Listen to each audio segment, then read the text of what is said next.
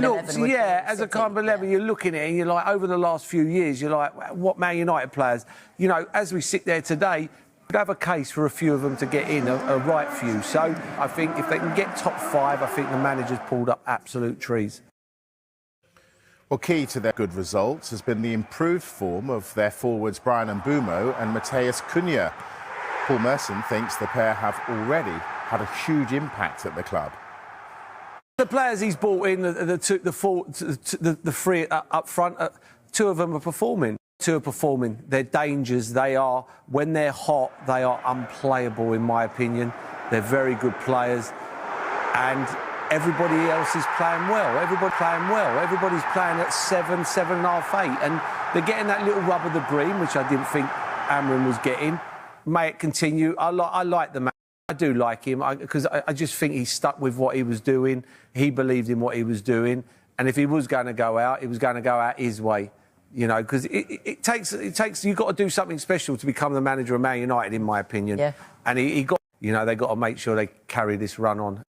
No.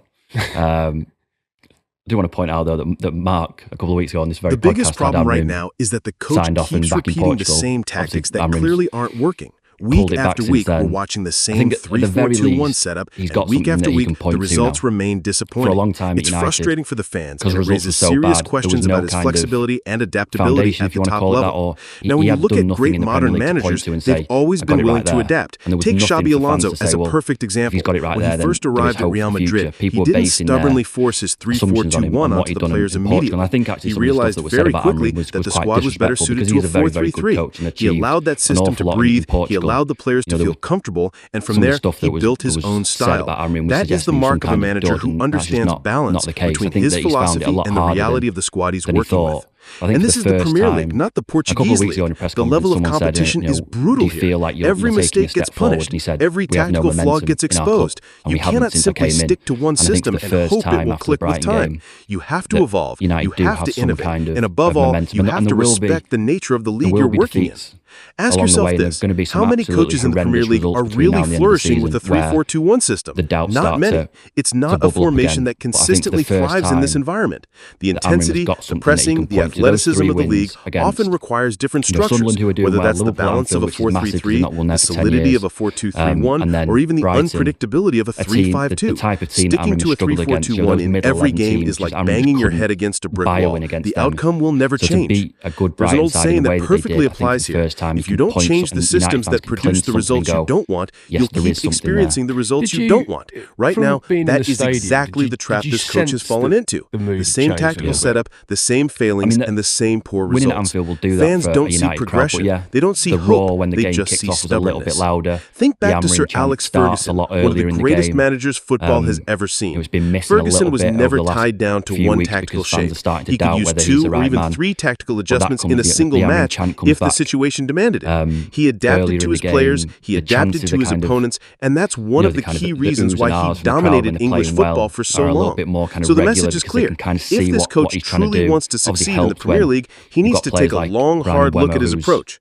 The 3-4-2-1 is not working, and the longer he clings to it, the more damaging it will be, not just for him, but for the entire club. Change isn't a weakness, it's a necessity. The Premier League rewards managers who evolve and punishes those who don't.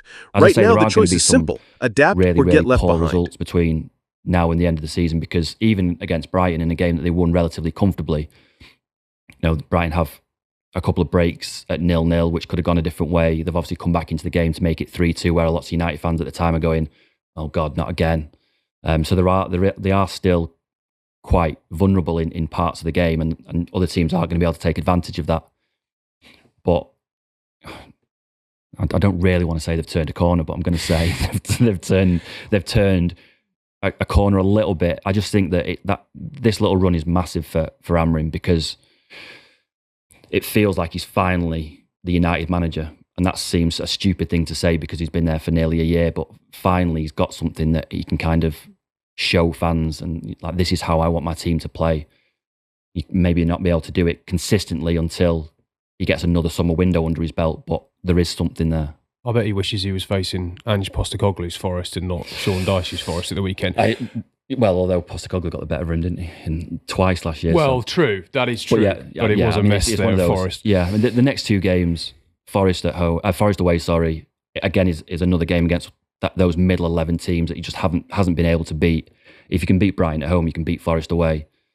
And then Spurs away before the international break is a massive one. I actually think for the first time, he's probably got a bit of breathing space. And actually, if he was to get a result against Forest and then lose against Tottenham, which he could do because Spurs are playing quite well, not at home, there seems to be better away. But if they were to lose against Spurs, I don't think there would be the huge fallout that there has been in the past after defeats. I think a lot of United fans would kind of shrug and go, okay, well, we're still taking steps forward. That was just a minor setback. Well, it probably would have been difficult for him to keep his job. Because if they'd not won these 3 games and then they go and lose at Spurs, and then there's an international break where there's a lot of noise for 2 weeks, but it sort of feels like now he can get to November, he can get to that international break, and then when you come back into that, you're into Christmas and the January window. So if we're not saying that United have turned a corner, Amorim has probably bought himself the rest of the year at least. Yeah, I mean, I would agree with that. I think the last time we were talking about him on this pod, we were talking about when it could possibly get too much for the board. And I actually think the board I've always kind of maintained that they're sticking with him. So I wouldn't want to speak for them because privately they have been very supportive. But we were sort of talking, would it be November break? Would it be January?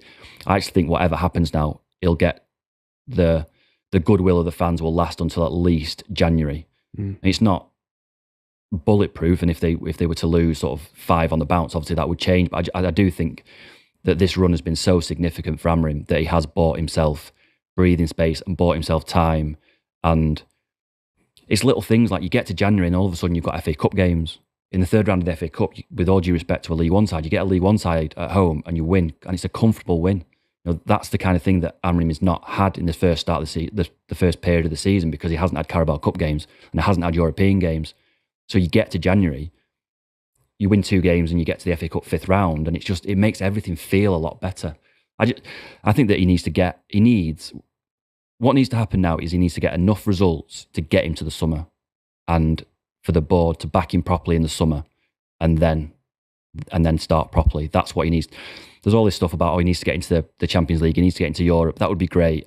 I genuinely think that the biggest thing that he can do now is to get enough results that get him to the summer without being in crisis week after week. Have enough trust from the board, from Omar Barada, from Jason Wilcox to get him that midfielder he needs, possibly get him a left wing back, and then you start to see his team and what he's capable of. And if it's still not right by the next October break, fair enough. He'd have a long time, and that's fair enough. But I genuinely think that a couple more players, get to the summer, a couple more players, and you'll start to see what Amorim is all about the start of next season. Okay, well, we should just mention, I think,